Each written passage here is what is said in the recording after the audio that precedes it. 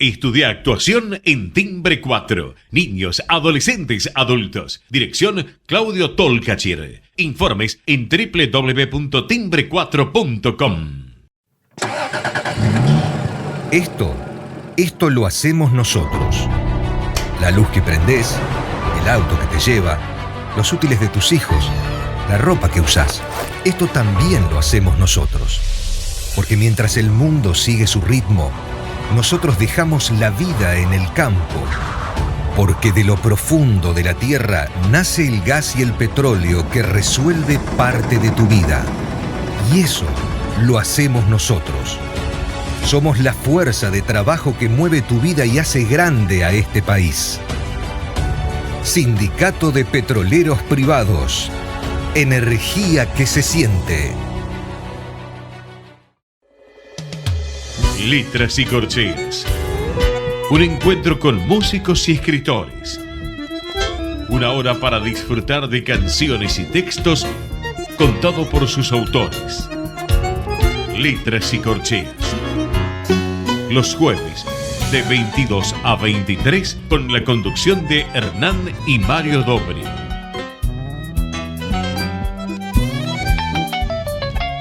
Buenas noches, bienvenidos a una nueva emisión de Letras y Corcheas. Hoy nos acompaña un amigo de la casa que acaba de publicar su nueva novela Paranoia, que ya después veremos si es una novela, si son cuentos juntos que conforman finalmente una novela o qué es lo que se trae esta vez entre manos.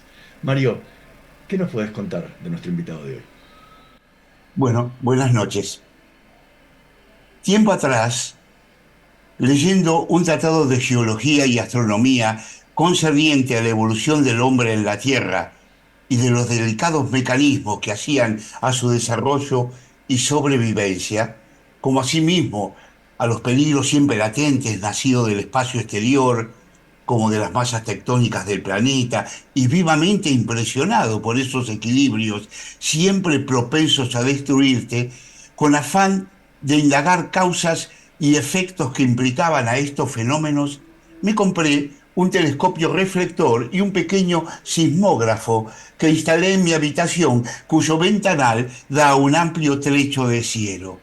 Día a día, y en cualquier horario, fui entrando sin darme cuenta en un grado obsesivo de observaciones que me aislaron en mi pieza de tal forma que mi familia, preocupada, me llevó a un psiquiatra que aseveró que padecía un cuadro de paranoia.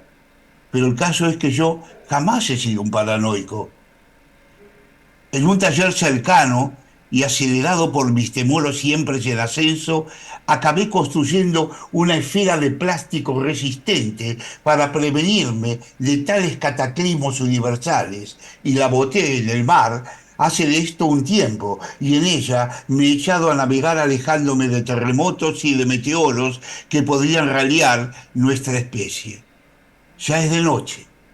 El cielo está estrellado, lo oteo con mi telescopio y de tanto en tanto vigilo al sismógrafo. Mientras dirijo mi esfera a la deriva, escucho a lo lejos como una letanía gemir a endriagos y faunos ciclopios que gobiernan el mar y el arrullo de las sirenas que me desvelan. Con mi atención puesta en cualquier señal imperceptible, navego por el piélago del océano hacia la noche más negra de mis soledades. Hoy en esta noche de letras y corcheas nos visita un sobresaliente escritor, capaz de hacernos entender los amargos caminos de la paranoia y sus mundos imaginarios. Buenas noches, Daniel Gebel. Es un placer compartir contigo nuestro programa. Hola Mario, hola Hernán. Bueno, gracias por comunicarse conmigo. Primero que nada, debo decir, el texto que dijo Mario recién es extraordinario. Quiero que me lo regale para usarlo para mi próxima novela, y también quiero saber cuál es el libro que le generó ese efecto de transmutación de la experiencia, de Eh, geodesia y no sé qué cosa más. Es un libro de divulgación, si bien yo Mm. no suelo leer muchos libros de divulgación, pero este es un libro de divulgación que hace poco salió, el escritor se llama Bill Johnson, un nombre parecido a ese, y que me ha sido regalado por una hermana mía cuando cumplí años, y me lo puse a Mm. leer y me atrajo porque esos libros escritos muy bien te van llevando paulatinamente a universos como eran la física, la geología, la biología, e intercalando todo y mostrando los problemas de verdaderamente en la inestabilidad que vivimos en nuestro mundo, creyendo que Mm. vivimos establemente, y sin embargo vivimos sobre una corteza, sobre una atmósfera pequeña, y en medio de Sí. un mar de planetas y en medio de magmas terribles generando de todo y de cataclismos que pueden suceder en cualquier momento. Basta entrar en esto para que al otro día uno ya ni sueñe en otra cosa que en lo que fue escrito. Esto me llevó a escribir, pero no lo hice por eso, la escritura esta. Ya que está, te lo voy a formular de entrada. Eh, Te quería preguntar qué es la paranoia y después te voy a decir por qué escribí esto. ¿Qué es la Bien. paranoia, Dani? Bueno, tengo un ejemplo gráfico muy, muy rápido. Una vez iba caminando por una cortada de Palermo con un amigo de madrugada, después de salir de una de esas fiestas juveniles, y caminábamos por esa cortada y el silencio era absoluto. No, no cantaba aún un pajarito, no se escuchaba el ruido de ningún auto, nada. Era el silencio perfecto. Mi amigo me mira y me dice, lo que era obvio, qué silencio. Y después dice, va a explotar todo, ¿no? La paranoia es la construcción, me parece a mí, con signos visibles e invisibles de una nueva realidad. Otro ejemplo claro es que conocemos todos, es cuando hemos sido infieles y nos han descubierto, o cuando nos han sido infieles y lo hemos descubierto, o hemos creído descubrirlo sobre todo, este, la realidad asume un sentido nuevo. Entonces uno empieza a construir una especie de universo de signos retrospectivos que iluminan y ponen como evidente lo que uno acaba de descubrir. Pero esos signos pueden ser reales o irreales. La genialidad de, por ejemplo, Otelo de Shakespeare es que con dos o tres signos falseados, y el traidor Iago convence a Otelo de que su mujer le ha sido infiel, cosa que está completamente lejos de la realidad. Simplemente disparó la mecánica de una locura que tal vez el propio Otelo no hubiera manifestado nunca si no le hubieran colocado algunos indicios arteramente, con efectos deliberados de traición, ¿no? Ahora, en términos clínicos, yo no podría decir qué es la paranoia, pero sí puedo decir que como enfermedad mental o como psicopatología, este, es la más inteligente porque trama relaciones. O sea, la literatura es más afín a la paranoia que a la esquizofrenia.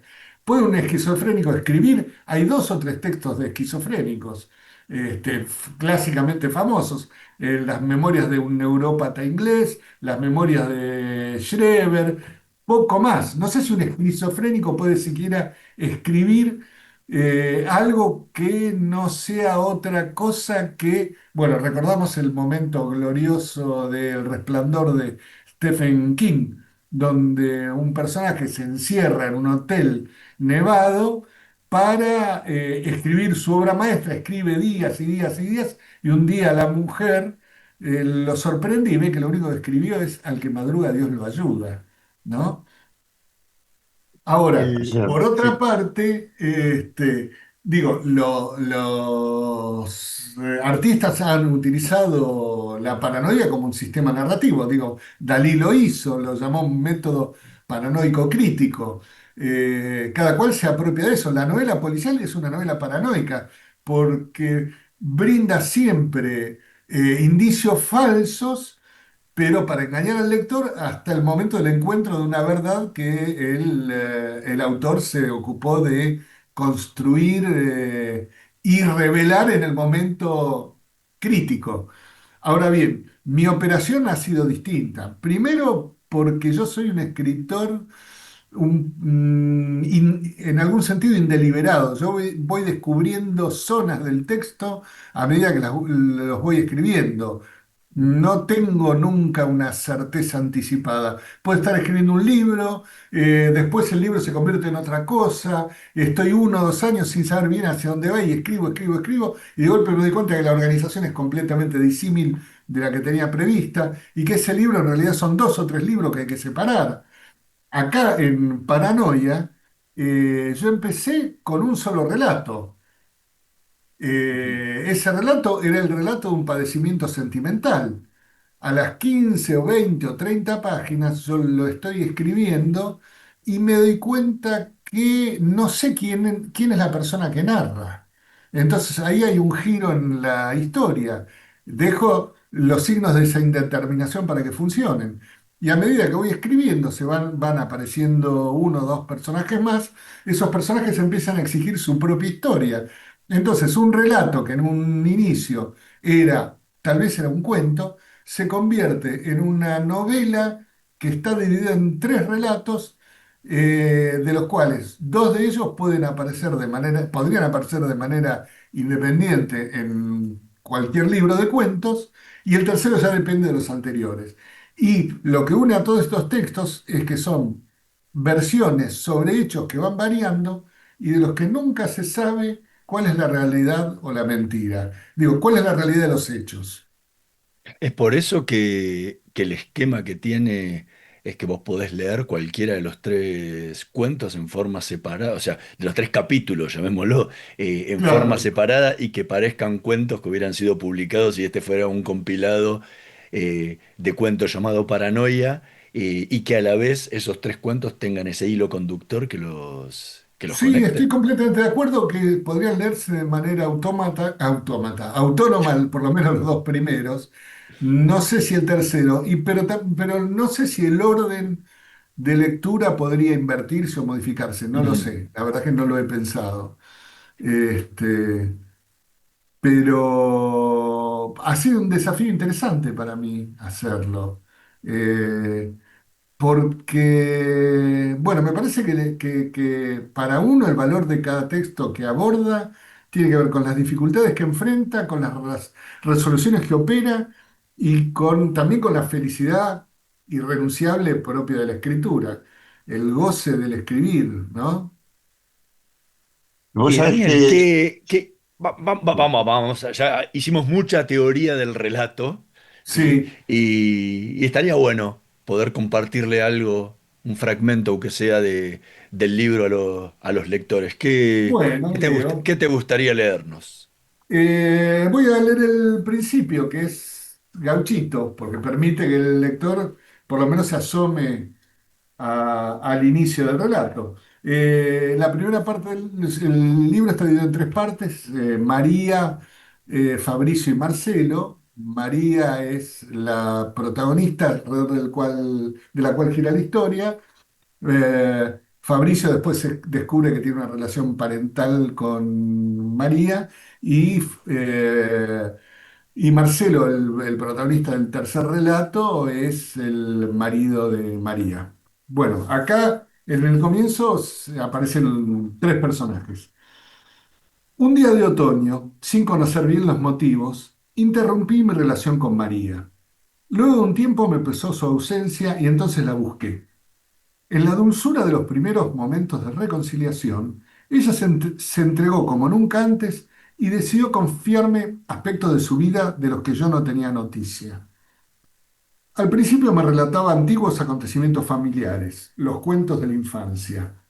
Después avanzó en las fechas y se acostumbró a llamarme al teléfono de línea y soltar sus anécdotas a altas horas de la noche. Podía detenerse, recomenzar o retroceder en los temas en un fluir sin principio ni fin. En ocasiones yo me levantaba del sillón y sin hacer ruido iba a la cocina. Ponía a calentar el agua, volvía a sentarme, alzaba el tubo del teléfono, murmuraba un sí o un no. Al rato iba de nuevo a la cocina, me preparaba un té y regresaba. María no advertía esas ausencias y eso me molestaba. Me molestaba que estuviera tan segura de mi interés, dijera lo que dijese. Me molestaba que entrara en detalles sobre sus romances del pasado, lo que me llevaba a imaginar que en el futuro mi nombre podía ser incorporado a una nueva serie destinada a oídos de terceros. A veces pensaba decirle, pero ¿por qué no le contás estas cosas a tus amigas? ¿Por qué me tomas? Sin embargo, debía contener mi enojo porque en algún momento sus narraciones reflejaban angustia. Tal vez, hablando sin parar, buscaba un límite o esperaba que el recuento aliviara su dolor. Y ese dolor respondía a un orden de cosas diferente al de sus aventuras sentimentales. Se trataba de la situación de su hijo, Adrián. Ya en los primeros meses del embarazo, mientras lo sentía moverse dentro de su vientre, tuvo una sensación extraña. Los signos vitales de la criatura eran normales, pero cada uno de ellos parecía intensificado. En el momento del parto, cuando ya se había colocado en posición dentro del canal, Adrián hizo un movimiento brusco, se acomodó de través y al girar sobre sí mismo enlazó el cordón umbilical alrededor de su cuello. María gritaba de dolor y de miedo. Estaba segura de que ambos morirían en el parto. Empezó a sentir que le faltaba el aire y tuvieron que colocarle una máscara de oxígeno. Se desmayó por unos instantes. Al volver, en medio de las brumas de la semi-inconsciencia, vio que entre sus piernas aparecía una lenta y sangrienta cosa amarilla, un monstruo que colgaba de la soga de los ahorcados. El obstetra maniobró para evitar que la criatura se ahogara. Apenas lo hizo, Adrián, que aún permanecía a medias dentro del cuerpo de la madre, soltó el quejido de los desgraciados. Después salió. Los médicos dijeron que el parto había sido normal, pero a partir de entonces María no tuvo tranquilidad. Sabía que Adrián era diferente al resto de los chicos y que eso se manifestaría en algún momento. Estaba nerviosa, volvió a fumar, se mostraba irritable. Con Marcelo, su marido, discutía todo el tiempo. Se acusaban mutuamente de las peores cosas. Ella le pedía que se fuera. Él se negaba. Yo compré la casa, decía. ¿Querés que me vaya yo, que me quede en la calle con la criatura, o preferís que desaparezca y te la deje? Contestaba ella. Marcelo terminó por irse. Cada tanto volvía a la madrugada, fuera de sí. Mezclaba alcohol con estimulantes, antidepresivos y cocaína. Golpeaba la puerta hasta que María le abría. Entonces corría al cuarto de Adrián y lo abrazaba contra su pecho, tan fuerte que lo hacía llorar. Marcelo lloraba también, apretaba su cara contra la cara de Adrián y le decía: Hijito mío adorado, tu mamá me echó, me siento muy infeliz sin vos. Luego le pedí a María que lo dejara dormir allí y se acostaba en el piso, ante la puerta del cuarto, como un perro guardián. Ella lo odiaba tanto que a veces se levantaba temprano por la mañana y lo despertaba a puntapiés. Marcelo se doblaba sobre sí mismo, se cubría la cabeza con las manos, salía corriendo de la casa y no regresaba por semanas o meses. La escena se repetía con alguna que otra variación. Hay algo del relato de cómo escribiste el libro, que no sé si es adrede, si fue surgiendo sobre la marcha o, o si salió así naturalmente. ¿Qué de ello? Eh, el estilo de escritura de los tres capítulos. Es como que el primer capítulo es muy concreto, ¿sí? En el segundo empieza a aflorar el estilo Goebbels. Y el tercero es un Goebbels puro y completo, que si uno leyó tus libros anteriores, descubre esa fantasía y esos mundos fantásticos que aparecen. El primero es muy concreto, o sea, por eso pareciera, te decía, tres cuentos separados, porque el primero Sí. es súper concreto de una historia, de una pelea de familia, o sea, es muy claro. Y en el segundo empezás a volar, a darle fantasía, y en el tercero es fantasía pura, ¿no? ¿Lo pensaste así? ¿Fue surgiendo? ¿Cómo se dio O este sea, o cambio de sea que, estilo? en tu opinión, hice un viaje hacia mí mismo, de alguna manera. Totalmente. Que si hubiera Mira, tenido un cuarto capítulo, no sabemos dónde dónde hubiera quedado, ¿cómo, ¿no? cómo saberlo? Bueno, cada uno de los personajes que aparecen podría tener otras historias. Además, por ejemplo, en la segunda parte, que es el segundo capítulo, que es extenso, tiene una historia incluida, que es un relato que comienza y termina, que es de una persona que está en un asado en China. Sí. Eh, Pero es Bien, totalmente, pero empieza a irse a terrenos extraterrestres, por llamarlo de alguna sí, de alguna forma. manera sí. Sí. Y el tercero también, o sea, con toda la historia de las plantas carnívoras, o sea, Ujú. empieza a ser, no sé si la palabra es delirante, pero las cosas que pasan son increíbles, ¿no? O sea, desde su historia en como agente secreto y bueno, toda la cría y lo que pasa en ese vivero en China, es un relato fantástico, que no tiene Claro, nada que ver bueno, con ese relato concreto del primer capítulo. claro, es el sueño de la mutación de las especies.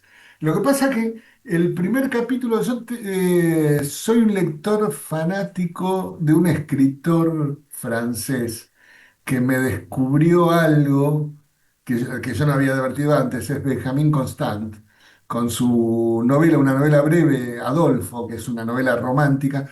Es, a mi juicio, la primera novela donde aparece un personaje de Occidente, digamos, la primera novela occidental donde aparece un personaje verdaderamente moderno, es decir, un personaje cambiante, psicológicamente perturbado y sometido a la indefinición constante. Entonces, hay algo de esa ambigüedad y, digamos, en Constant eso está marcado por la peripecia sentimental.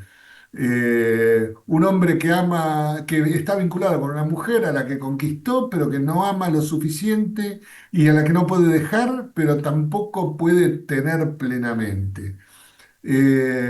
Entonces, en Constant eso es una máquina narrativa indetenible.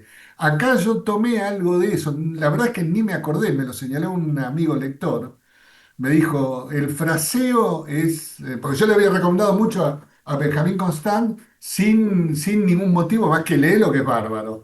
Y me dijo, leí tu libro y reconocí el influjo de Constant en tu escritura, en tu frase. La primera parte, digamos, si queremos, para comparaciones de influencias o de zonas compartidas, yo paso de Constant a Alberto Laiseca, si queremos, ¿no? Ujú. Ok. El realismo delirante de Laiseca, porque yo trabajo con información, de alguna manera, con información de que en su origen es cierta y que después transmuto a gusto. Digo, toda la información que hay sobre las plantas carnívoras es información real. Después combino a mi gusto. E invento en brazos del delirio que las plantas carnívoras se convierten en plantas gigantes y se comen tigres. Digo, la literatura permite todas las posibilidades que admite el psiquismo del autor, ¿no?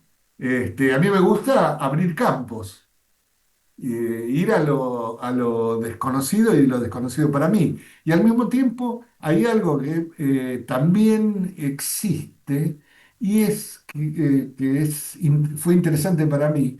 Es que en la primera parte el narrador o la narradora, porque tampoco se sabe si es un hombre o una mujer, eh, el lenguaje que utiliza es neutro. O sea, lo que vos llamás concreto es referencial, es medido, transita el recuento de los acontecimientos y el análisis psicológico del protagonista y de María. Y luego, en la segunda parte, donde el personaje, que es otro, viaja a China, cuanto más está en China, más porteño habla, ¿no? Y más se cruza la lengua argentina. Y en la tercera parte pasa lo mismo, ya con sistema de espionaje, bueno, este, típicamente argentino, un sujeto que era maoísta se convierte en agente de inteligencia o viceversa, en fin. Eso tiene que ver con algo que leí una vez que me resultó muy interesante en términos anecdóticos, un libro de Horacio González, sobre, la verdad que ni me acuerdo sobre qué era el libro, si sobre la utopía, el anarquismo, sobre lo que fuera. Eh, y comentaba que en la Rusia zarista, la Ojrana, que era el servicio secreto zarista, infiltraba al partido bolchevique. Y el método de infiltración del partido bolchevique era decirle a sus agentes, ustedes tienen que ser los máximos revolucionarios, ir más lejos, para sacar a los demás, para volvernos evidentes a los demás. Entonces, ¿qué hacían estos miembros secretos del zarismo? Asesinaban ministros. Entonces, eh, el Estado zarista conspiraba contra sí mismo, Sí, totalmente. ¿no? Y ahí me parece que hay un motor narrativo poderosísimo, ¿no? Esta- Fíjense ahora, digo, los vínculos con la actualidad. En Argentina, nos guste o no nos guste, tenemos un presidente que dirige el Estado argentino y que dice que su plan es dinamitar el Estado argentino y hacerlo desaparecer. Es un agente del zarismo. Bueno, ahora es un agente de Donald Trump, pero no importa. Agente de el principal estado del planeta, por lo menos, y un estado hoy proteccionista. Bien, la realidad, ser realista es contar el absurdo, me parece. Y en eso Totalmente. está Bueno, empeñado, diría. estamos conversando con Daniel Guel. Vamos a hacer una pequeñísima pausa. En un minutito más volvemos con más letras y corcheas. No se vayan. Vamos la radio, somos tu voz. Vamos con Eco, siempre la verdad y la mejor información. Ahora, visitar Catamarca es más fácil que nunca. Te presentamos Visit Catamarca, la nueva plataforma donde podés planificar tu viaje y comprar paquetes y experiencias directamente de agencias y prestadores. Entra a Visit Catamarca y empezá tu próxima aventura. Catamarca, más que un paisaje, todos. Catamarca, hermosa por naturaleza. Ministerio de Cultura, Turismo y Deporte. Informate en ecomedios.com. Seguinos en Instagram, @ecomedios. Letras y corcheas. Una hora para disfrutar de canciones y textos contados por sus autores. Con la conducción de Hernán y Mario Dobri.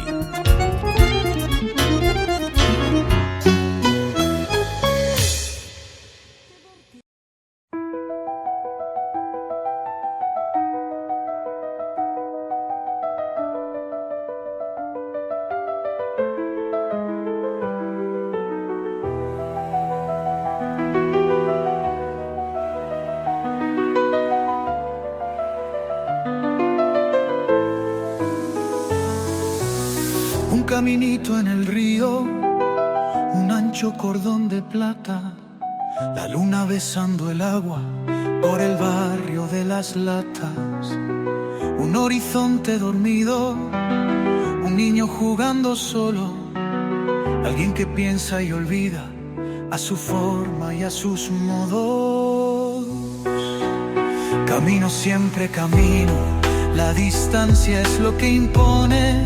Hay un sueño que me sueña entre un preludio de sones. El escenario es el mismo, un balcón y una mirada, el agua fraguando al tiempo y una vida que se apaga.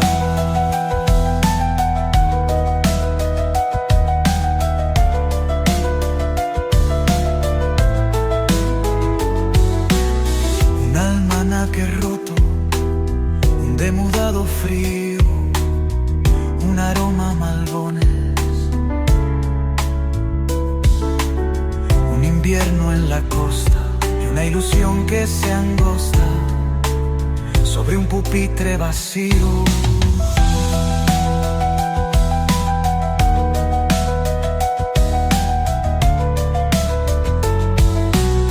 Un viejo puñal de cobre, una tirita de lana, un vellocino dorado, un una gaviota planeando sobre la mar encrespada y el grave profundo hedor que nos trae la resaca. Camino siempre camino, la distancia es lo que impone. Hay un sueño que me sueña entre un preludio de sones. El escenario es el mismo, un balcón y una mirada. El agua fraguando al tiempo y una vida que se apaga.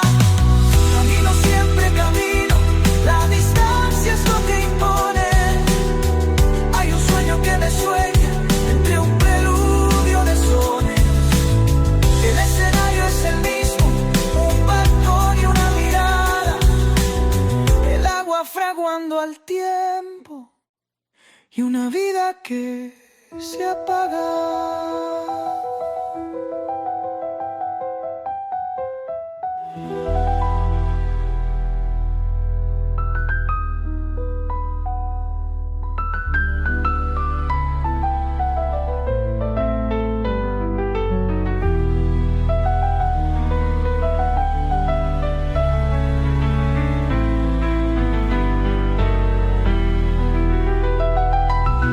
Camino siempre camino, la distancia es lo que impone.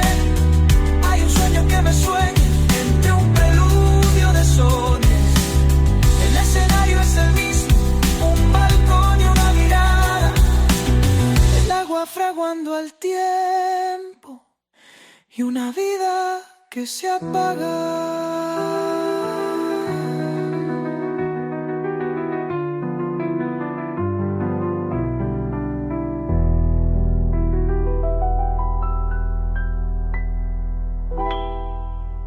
Escuchábamos a Carlos Muñoz interpretando Un caminito en el río, tema del poeta Mario Dobri, mientras seguimos conversando con Daniel Goebel sobre su última novela, Paranoia.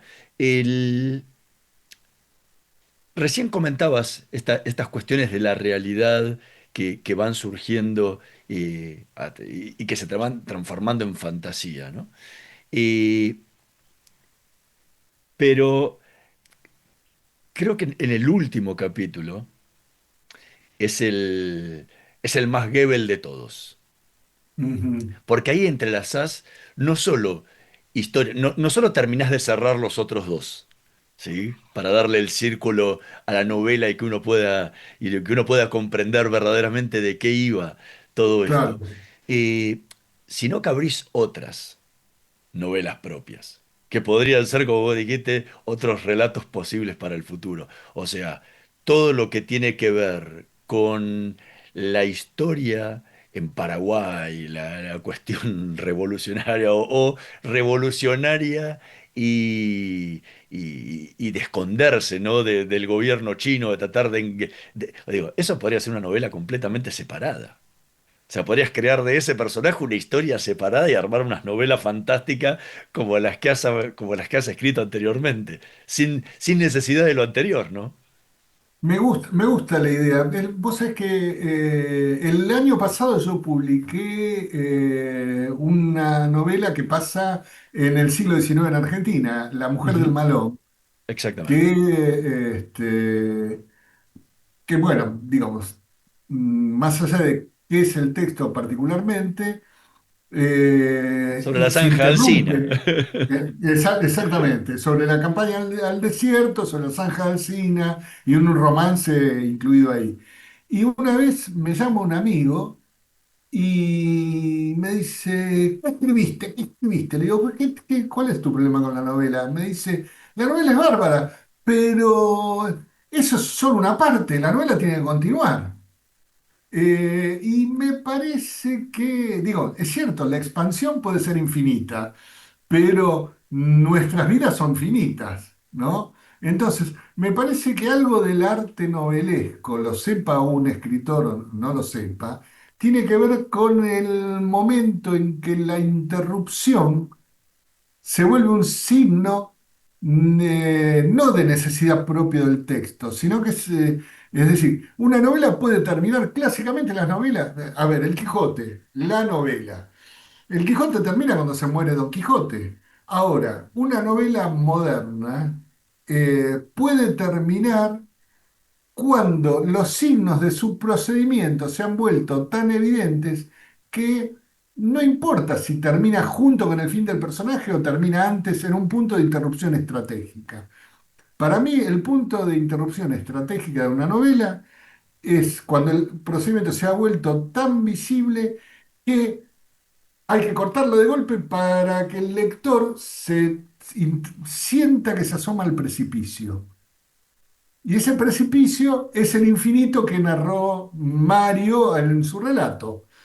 Me gustó tanto el relato y me gustaría conocer el libro del autor. Después Mario me tiene que mandar por mail el nombre, el título correcto del libro, lo quiero leer, porque me hizo pensar que yo soy un escritor de divulgación, porque esa combinatoria de elementos disímiles es lo que abre los mundos posibles de la literatura.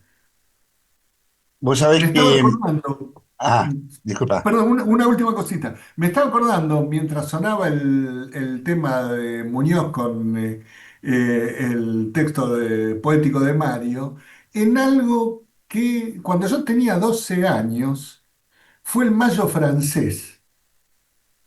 Ujú. Y en el Mayo francés, la frase, el lema del Mayo francés era: seamos realistas, pidamos lo imposible. Creo que a mí se me transmutó en la divisa: seamos realistas, escribamos lo imposible. Eh, Me gusta la frase. Mm, Ahora, empecé escribiendo lo que escribí y lo que estuve leyendo para poner un cuadro eh, realmente paranoico.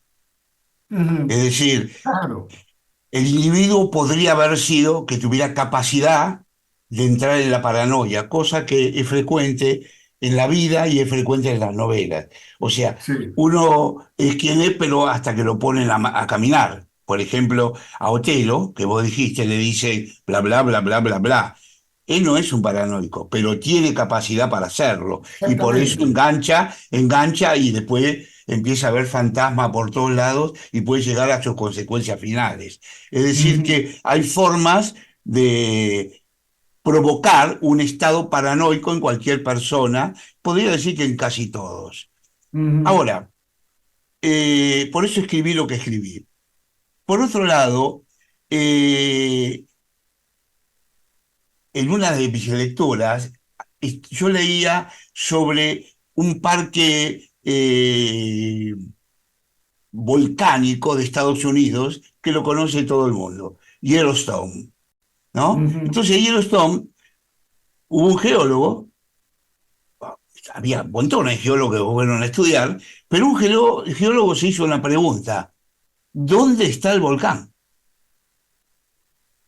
Y claro, es un lugar llano, no hay volcán. Y lo busca, y de pronto se da cuenta que el volcán está bajo sus piernas.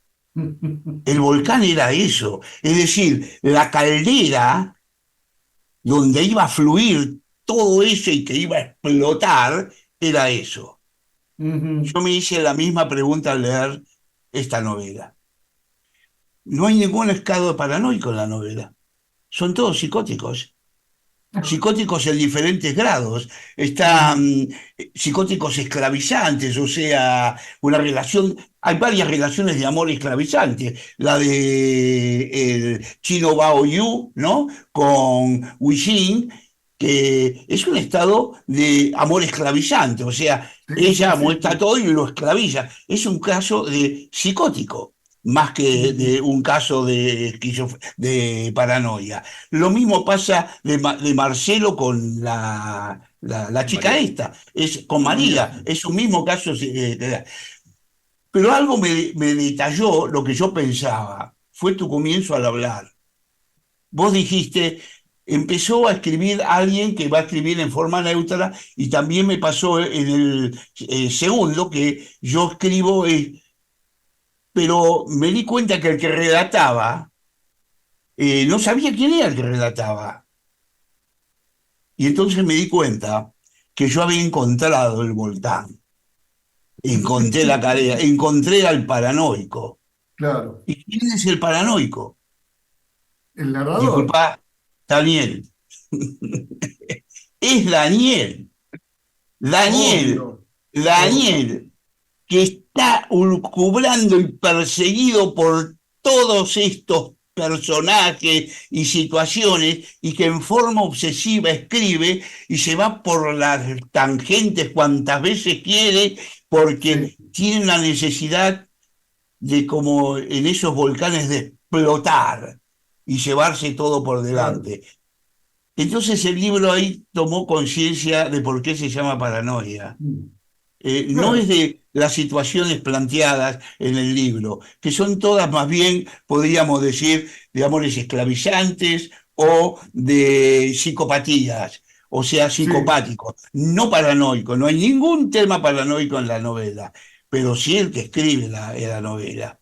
Eh, Bueno, Mi yo no pregunta soy. es, ¿cuán loco estoy yo en decirte lo que te digo? No, me parece bien. Yo no soy paranoico, pero la literatura me persigue, señor. Ahí está. Por eso te digo que te Claro. vas por las tangentes que querés ahí me di cuenta de lo que estaba hablando. Bueno, hay otra Sobre cosa, eso. digo, mientras estaba hablando pensaba, hay algo que me da vueltas también. El paranoico se construye también en relación a la idea de la persecución y del enemigo. La Ujú, posición misma del Estado es siempre paranoica porque el Estado necesita siempre operativamente un enemigo. Lo cual no quiere decir que el enemigo no exista, ¿no? El enemigo no es necesariamente una invención, pero también lo es. ujú. El enemigo es una invención necesaria. Si no lo tenés, hay que construirlo. Hay un relato que yo no me acuerdo si alguien me lo contó o lo vi. Creo que está en una película de Gilo Pontecorvo que se llama Queimada, que vi hace 50 años. Dominan un país, lo destruyen, y entonces cuando lo destruye el conquistador, lo destruye, su subordinado le dice, ya hemos logrado todo, y él le dice, no, ahora tenemos que crear la oposición, Claro. ¿no? Hay Este, un sketch de Lelutier así, cuando tienen que no recrear el sabía. himno, que tienen que buscar un enemigo. Y si busquemos a Noruega. Y si no tenemos frontera con Noruega, no importa, pero hay que encontrar un enemigo. Al enemigo Exactamente. noruego. Ujú. Claro, los enemigos existen, pero vos necesitas el imperialismo yanqui, la amenaza rusa, el riesgo Cuca, los destituyentes, los liberales, los golpistas. Son necesarios, pero no para el esquema psíquico, para brindar consistencia a tu enunciación. Si no, tu enunciación no existe. Si no, tu enunciación es solo obra, ¿no? Vamos a construir una nueva calle. No, tenemos enemigos que no quieren que construyamos esa nueva calle, etcétera, etcétera, etcétera. Y en la literatura eso funciona también bajo la vía del contraste. Es decir, María no podía crecer ni operar como personaje si no tenía la oposición de su marido, que después se convierte en exmarido, y los problemas del hijo que no se pueden solucionar. Y entonces eso construye, el obstáculo construye trama, el sufrimiento construye trama. Y por supuesto la épica, ¿no? Como en este libro, la épica es una épica fraudulenta, porque es argentina. Es decir, en la segunda parte tenemos un narrador que tampoco se sabe quién es, que conversa con un amigo, que después nos vamos viendo quién es, un amigo que fue maoísta y que va a China para corromperlos, hacerse millonario, acostarse con las chinas y corromper al aparato político del Partido Comunista con coimas para hacer mejores negocios y volverse millonario. O sea, no hay más disparate que eso. Totalmente. Pero es eso lo que permite evolucionar. Digo, construir sistemas dementes. Digo, la novela es una maquinaria paranoica. Dentro del texto puede ser completamente cierto lo que dice Mario, ¿no? Que los personajes pertenecen a otra clase de perturbación mental. Pero bueno, son sistemas operativos distintos, el de la construcción de la novela y el del funcionamiento de los personajes. ¿Qué, Los qué otro? personajes no saben en qué novela están. Totalmente. Bueno, a ver, contanos un poco más, narranos a ver qué de lo que Bueno, escribiste, algún otro fragmento. voy a leer un fragmento de la segunda parte donde al argentino que va a acostarse con chinitas y a corromper a los chinos lo meten preso. Eh, Bien. Ya en su celda le aplicaron una inyección. Al rato, Fabricio comenzó a sentirse débil. Tirado sobre el camastro veía rostros desconocidos. Escuchaba fragmentos de conversación sin saber si ocurrían en el ámbito de su encierro o pertenecían a invenciones de su mente. Líneas de fuego ascendían desde el piso de la celda. Vivoreaban soltando un humo verdoso que se disipaba antes de tocar el techo. Olía a pasto quemado y a eucalipto y se preguntaba si sus carceleros querrían que inhalara algún veneno mortal. Pasaban horas o días. Para no ceder a la tentación de disgregarse, intentaba retomar el análisis de su situación. Estoy preso en una unidad secreta del ejército chino construida en una isla artificial situada en algún lugar del océano y nadie me dice qué pretenden de mí, se decía. Para distraerse recorría su celda, contaba los pasos y los multiplicaba por distintos números y luego buscaba una cifra que al dividirse diera impar. Hacía, o sea, imposible. Hacía ejercicios hasta caer rendido. Dormía como nunca y sus sueños eran ricos y variados. Trató de organizarlos siguiendo el modelo de los 12 signos del zodíaco, pero ignoraba sus funciones y la relación entre sus nombres y los astros que regían o representaban. Pronto notó que los sueños tenían desarrollos dispares. Algunos se iniciaban tempestuosamente y así se desvanecían. Otros prosperaban en lentitud y podían dividirse entre los que venían como una aparición única y los que mostraban apariencia incompleta y reaparecían al volver a soñar. A estos últimos sueños se acostumbró a reconocerlos por algún detalle, ya fuera un brillo o una imagen furtiva, o por la recomposición de ciertas figuras, a veces humanas, otras de animales o de entes geométricos, formas cuyo significado no comprendía ni pretendía dirigir o manipular. Una noche empezó así. En el invierno de los inviernos, un lobo agarró el sol entre los dientes, lo trituró y se lo tragó. De los desgarramientos brotó sangre y salpicó el universo. Eh, eh, Esta libertad de pensar Mm, y orar sobre lo escrito, y lo que vos dijiste es que un estado, el estado que decía estar, de pronto prefigura un enemigo. Eh, Esa es la forma del ser humano, es la forma de lo que nos lleva. O sea, en las matemáticas, todo valor o todo elemento tiene su negativo o su contrario. mm, El sí, cero está armado de contrarios, el uno y el menos uno. Y así un integral positivo, una integral negativa. Una puede tener sentido, la otra. En esta misma forma, derecha, izquierda, blanco o negro, luz o no luz, nosotros hemos tejido el universo de nuestras ideas y nuestros claro. sentidos, ¿no? Y nuestros sentidos. Una cosa es que cualquier situación de Estado prefigura un enemigo y otra cosa es que el mismo Estado prefigura un enemigo para hacer que el verdadero enemigo que va a tener que salir, cortarle los pasos para menguarlo y mandarlo cada vez más atrás hasta que un día suceda y mientras tanto Mm, vivo yo como puedo, como quiero, ¿no? Como sí, sucede en los diferentes estados. Eh, en tu novela normalmente aparecen siempre estos positivos y negativos. ujú, Pero lo que, más allá de lo positivo y negativo, que es algo sencillo, es la riqueza de imaginaria de crear situaciones imprevistas. Una novela sin imprevistos, ujú, sí se puede escribir, pero es como que le quita público, es como falta. una novela policial sin un imprevisto no tiene valor. Claro.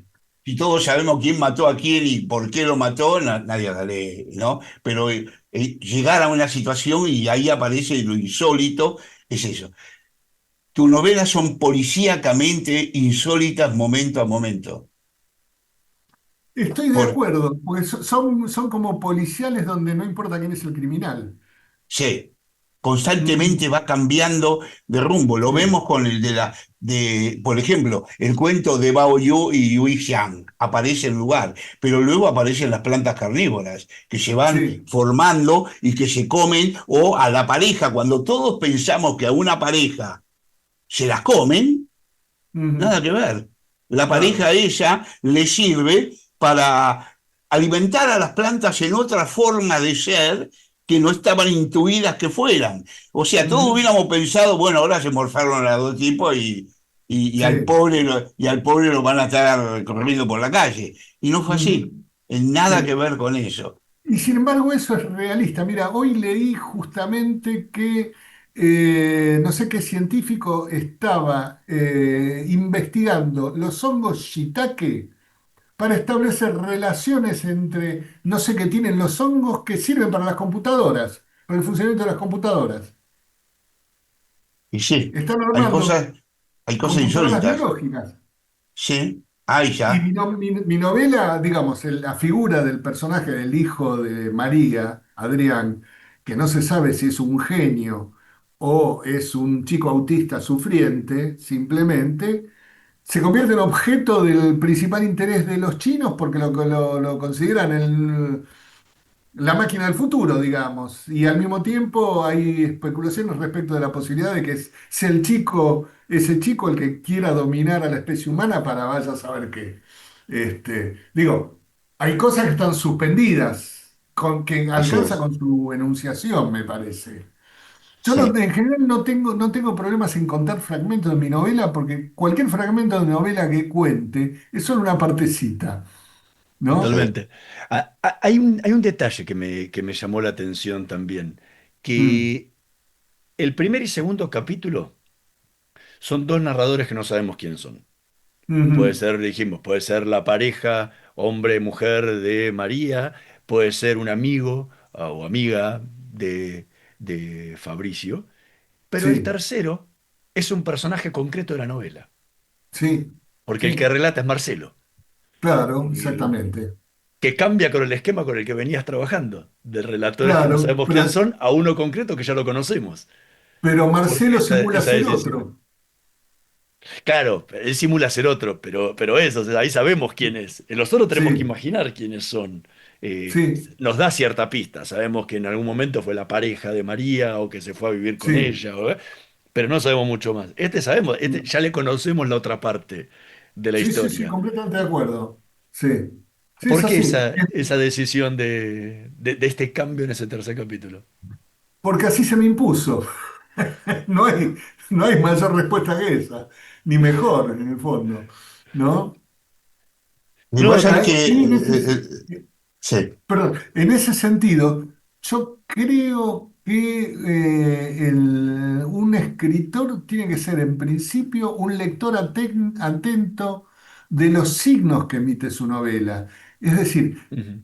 que los signos que emite la novela son los de sus propias posibilidades, porque uno siempre está lleno de ideas sobre qué hacer, cómo seguir, qué sé yo qué, pero de golpe sin saberlo bien por qué, no por un acto volitivo ni de supremacía intelectual, se da cuenta que lo previsto no es exactamente aquello que el texto está demandando. El texto está yendo para un lado y uno para el otro, ¿no? Y ahí hay que obedecer, me parece, ¿no? yo, Daniel Gebel. Nos acabó el programa. Lamentablemente, seguiríamos preguntando más y más y más porque la verdad, Paranoia, que es una novela pequeña, porque son 150 páginas más o menos, Sí, tiene tantas, tantas vetas para leer, entender, comprender y preguntarte que da para varios programas juntos.